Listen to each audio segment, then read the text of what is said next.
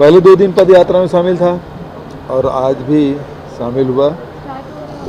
आज करीब 6:40 पे पद यात्रा शुरू हुई और करीब 9:45-10 बजे समाप्त हुई।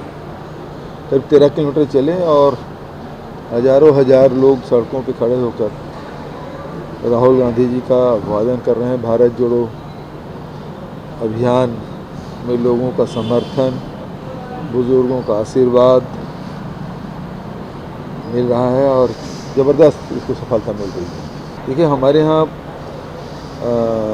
जो स्थिति है उसमें हमने पटेल कमीशन बनाया हुआ है और बहुत जल्दी वो रिपोर्ट आ जाएगी, क्योंकि हाई कोर्ट में आधार पूछा था तो हेड काउंट हम करा रहे हैं और उसका रिपोर्ट बहुत जल्दी आ जाएगा। अब सरगुजा वाला ज़्यादा अच्छा जानोगे, आप खुद सरगुजा वाले हो। आखिरी चीता कब मरा, कैसे मरा? चीता आ रहा है, सारे जानवर जो दुनिया के हैं वो है। जैसे हम लोग छत्तीसगढ़ में आसाम से लाए थे, नॉर्थ ईस्ट से लाए थे ना, बहुत सारे देशों में इस प्रकार से वन्य जीवों का आदान प्रदान होता है, बहुत सारे प्रदेशों में भी होता है। तो उसमें चीता लाया जा रहा है, सर्वाइव हो, हमारी शुभकामनाएं हैं। अच्छा है, यहाँ के लोगों को भी चीता देखने को मिलेगा। भाजपा के लोग यहाँ सड़कों पे गुंडागर्दी कर रहे थे प्रदर्शन के नाम से, और यहाँ पुलिस ने जिस धैर्य का परिचय दिया उसकी जितनी प्रशंसा की जाए कम हो। कानून व्यवस्था बिगाड़ने के लिए भाजपा के लोग उस दिन तो उतावले थे, और जहाँ मौका मिलता है वो कोशिश करते हैं कि कानून व्यवस्था की स्थिति बने। तो ये तो उनके षड्यंत्र का हिस्सा है, प्रशिक्षण का हिस्सा है।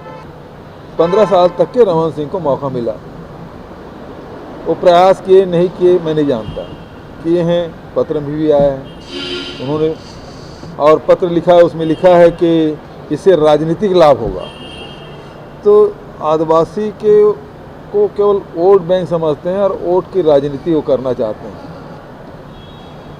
हमने प्रयास किया, लोगों से मुलाकात भी हुई, भेंट मुलाकात के दौरान भी बस्तर में, सरगुजा में, उसके पहले जब जिला स्तर के दौरा में गए थे तब भी ये बात आई थी, और उसके बाद पत्राचार हम लोगों ने किया। सौरा समाज के द्वारा जो आंदोलन हुआ था उसमें भी शामिल हुआ।